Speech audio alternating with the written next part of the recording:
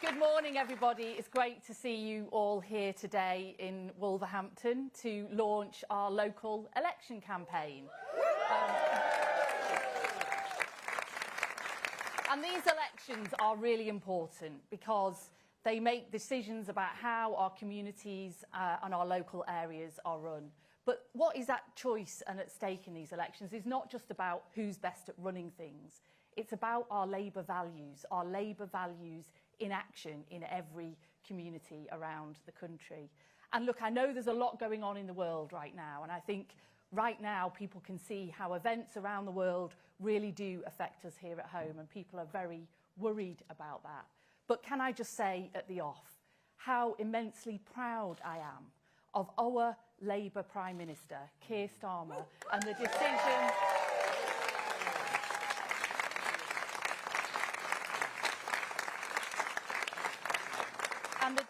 And the decision that he took in the face of a lot of pressure and criticism not to follow blindly into an offensive war. That is what good judgment looks like. That was the right call. And that's our Labour values in action. And it's those values in action, those values of fairness, opportunity for all and justice, that we operate in every single thing that we do, even when we have to take on those vested interests in some of those decisions. Whether that means taking on the vested interests in supercharging clean, homegrown energy to ensure we've got lower bills and energy security, taking on those deniers. We do that. That's our Labour values in action. Or those who say, let's have a race to the bottom on workers' rights. No, we say that a fair, strong economy is better secured by decency and security in work. Or when those say we can't afford to address child poverty, we say we can't afford not to. That is our Labour values in action. And we do the same on housing, making sure that we've got renters' rights and people have got those rights in housing when people said we couldn't do that. And taking on the leasehold system, fleecing young people and managing agents who need calling out. That's what this Labour government does. That is Labour values in action. And they stand in stark contrast, don't they, to the values of our opponents. I mean, Nigel Farage, he is no friend, is he? He's no friend of working people. He thinks the economic status quo is working just fine. And what we need is a few more tax breaks for the richest, and eventually it will trickle down to everybody else. He's wrong about that. He doesn't have our values in what he is doing. And let's not let Reform run any more councils than they're already running. I mean, look at what they are doing. They're cutting children's services and they're cutting the early years. We can't have that. That is what is at stake in these elections.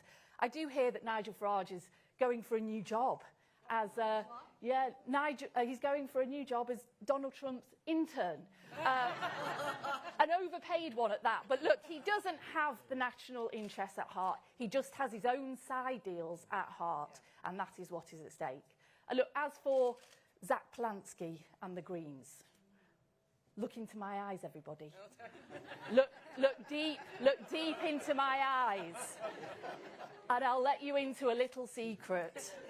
The Greens are no good at running councils. Their hypnotic promises are just an illusion.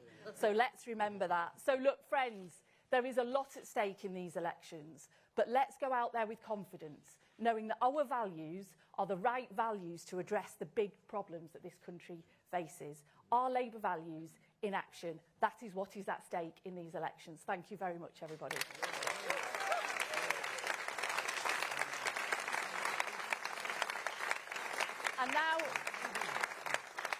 And now I'd like to introduce to you Sarah from Dudley, who's going to speak a little bit about her experience and how those Labour values in action have helped her. Thank you, Sarah.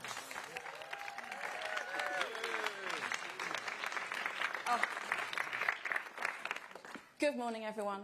I'm Sarah. I live in the West Midlands and I'm a working mum. 2 years ago, my husband and I adopted two amazing twins. And it's completely changed our world, our lives in the best possible way. Becoming parents overnight to two little people who rely on you for absolutely everything has been amazing, but it's been a lot. It's been a lot of love, a lot of learning, and definitely a lot of chaos. But seeing our boys grow in confidence, start to feel secure, and really begin to thrive has meant everything to us. And routine has been a really important part of that. For adoptive children, feeling safe, settled, and knowing what comes next can make such a difference. And nursery has played a huge role in helping them build that sense of stability and belonging. They absolutely love going to nursery. They're learning new things, making friends, and just enjoying being little children. Although I did get told recently I'm not their best friend anymore. Nellie from nursery has taken that position. I know. We were already benefiting from the 15 hours free childcare through the Time for Two scheme, and that support really helped to give them a strong start. But like many parents, once we'd settled into life as a family of 4, I wanted to go back to work. But when we looked at the cost of nursery full-time for 2 children, it honestly felt undoable. Childcare is one of the biggest costs any family faces, and with twins, everything is doubled. I remember sitting down, working through the numbers, and thinking, how are we going to make this work? For a while, it felt like I might have to go back part-time instead of full-time, simply because of the costs. Then last September, the free childcare allowance for working parents increased from 15 hours to 30 hours.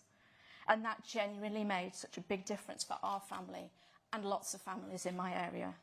When I worked it out, it's saving us around £400 a week. That's not a small amount. That's a really significant cost back into our household budget at a time when everything else is getting more expensive. The cost of living has gone up in so many areas, and at a time when families are feeling the pressure of the cost of living, that support really matters. For us, that extra support didn't just help a bit. It completely changed the calculation. It meant I could return to work full time. Instead of reducing my hours simply to pay for childcare costs, it meant more financial stability for our family, more security for our boys, and it meant that we could focus on building our future, rather than constantly worrying about whether the numbers added up each month. As a mum, especially an adoptive mum, being able to give my boys that consistency and sense of security means so much. I'm genuinely very grateful for the support that has made that possible. I love my job as a data analyst. Most of the time, I'm still answering the question, why? But every now and then, I get asked how, what, and who as well, which makes a nice change. And the support, it doesn't just stop there. When my boys start school next September, we'll benefit from wraparound care and breakfast clubs, some of which are already opening in our areas now. That will make a real difference to our mornings, helping us balance work and family life, and making sure the boys start their day settled and ready to learn. These kind of changes make a real practical difference to families like mine. I've seen real positive change in my life as a working mum, change that's only possible because of the Labour government led by Keir Starmer. There's a lot going on in the world right now, global pressures that affect the cost of living here at home, but we are fortunate to have a government and a Prime Minister who's on our side, focused on supporting working families and help ease those pressures as much as possible. That's the change a Labour government can make.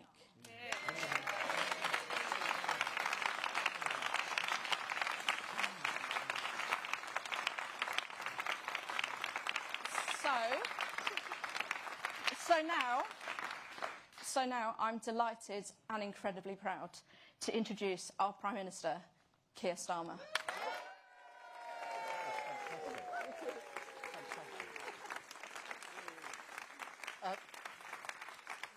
Thank you, Lucy. Thank you, Sarah. And Sarah, I think you've got a little picture of your little boys, your twins, in your locket that you carry with you every day.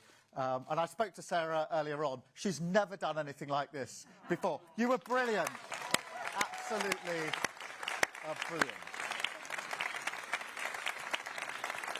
And thank you for giving her such a warm welcome, such energy in the room. We've got the Cabinet here, we've got MPs here, councillors, and brilliant candidates that we're going out to fight for in this election.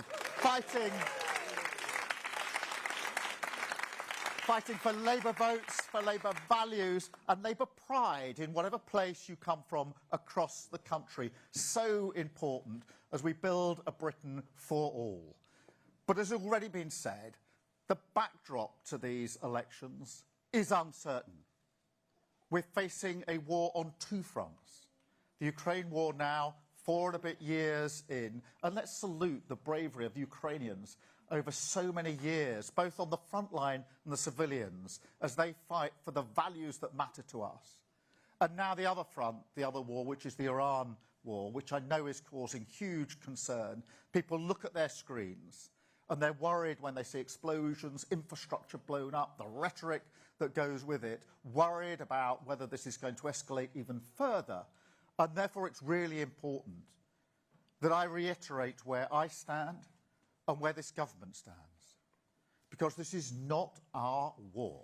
And we are not going to be dragged into it.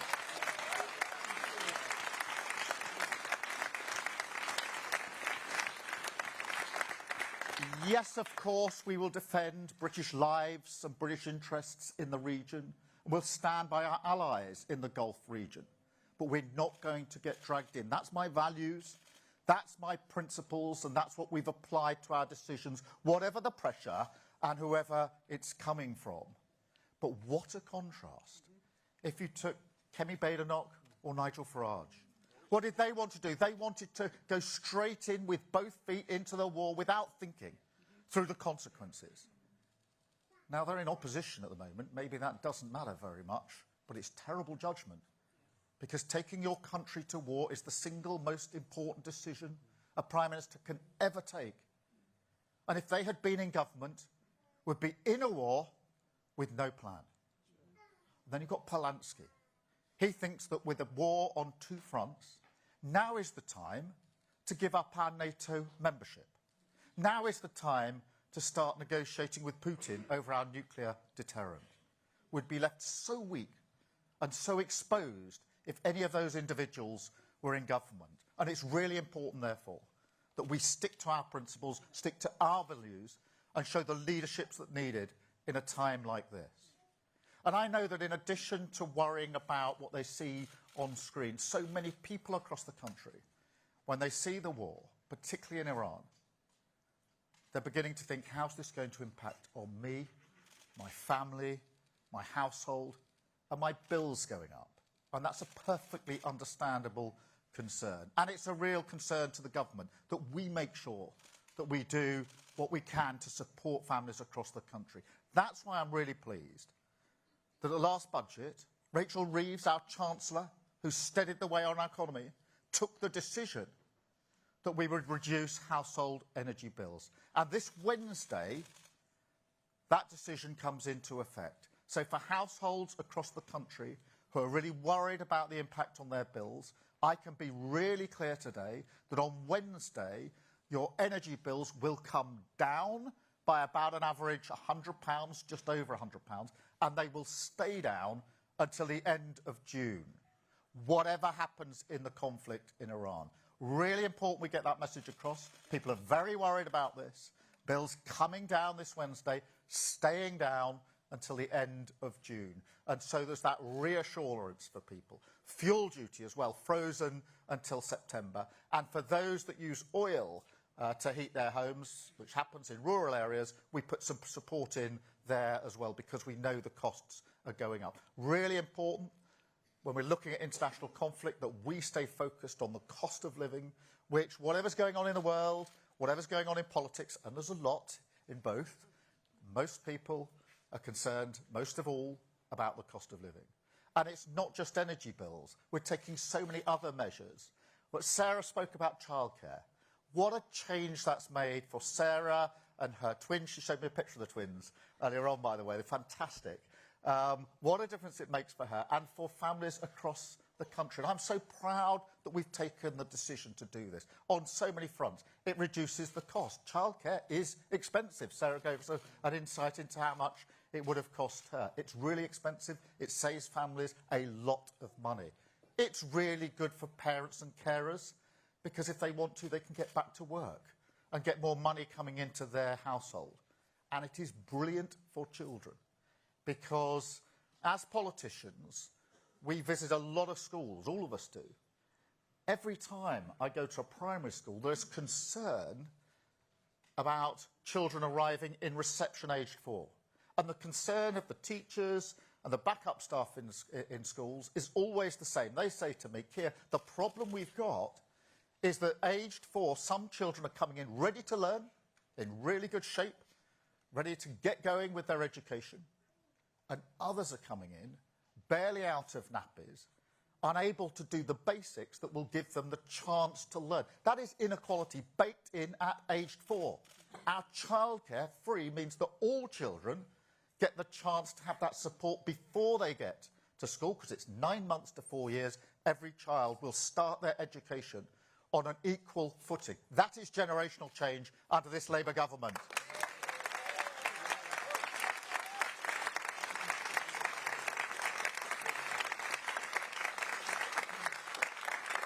And whilst I'm on generational change, we're ending the 2-cap limit on childcare.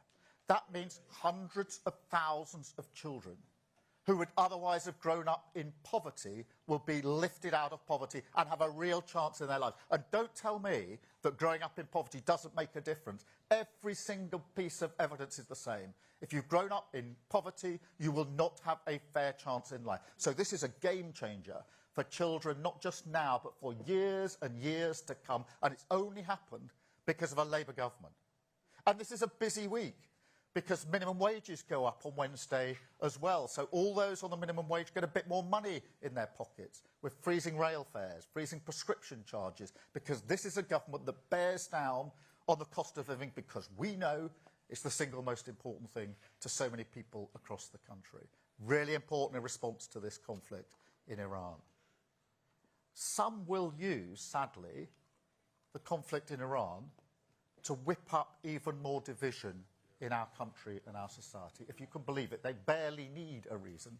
We saw Nick Timothy at it last week, complaining about Muslims praying in public. We see so many examples, but people will use this to try and tear the country further apart. It's really important that we assert our Labour values here as we go into campaign. Our Labour values about how we bring people together, how we understand the importance of place and the pride that people put in the place that they come from. Look, you can see it all around these posters here, but it's really important people identify with. They're proud of their place. What they've been looking for years is a government that recognises that and comes up alongside them in that pride and ambition. And that's why I'm so pleased that we've not just put in place a Pride in Place scheme, but also extended it recently.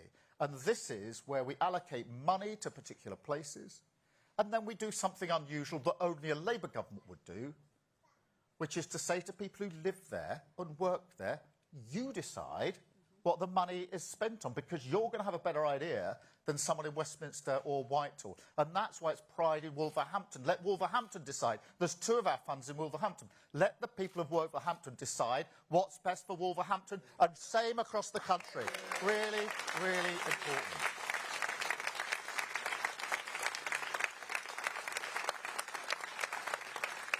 So as we go into these elections, we're fighting for international leadership.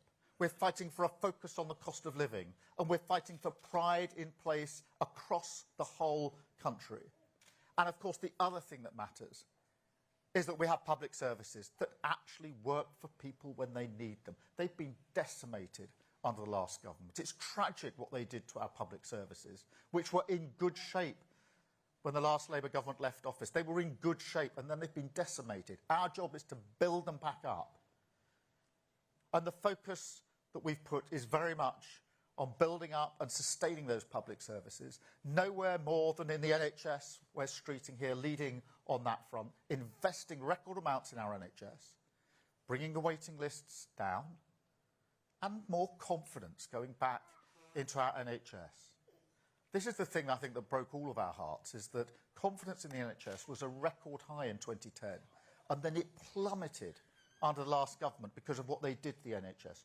Gradually, through the hard work that we've put in, the investment we've put in, and Wes's leadership, that confidence is going back up because people can see that it matters to us. We don't see public services just as a chart of how much money you can save here or there. We see them something you invest in because they're vital for people. So we build up through our values, through our judgments, through our leaderships, and we go out now in this campaign on the front foot, positive about the campaign, relishing the opportunity to go to doorsteps and say to people, vote Labour for the following reasons. Vote Labour because of our values. Vote Labour because of our leadership. Vote Labour because it makes a huge difference to so many lives across the country. Thank you all so much. Really brilliant to be with you. Thank you. Pride in Britain.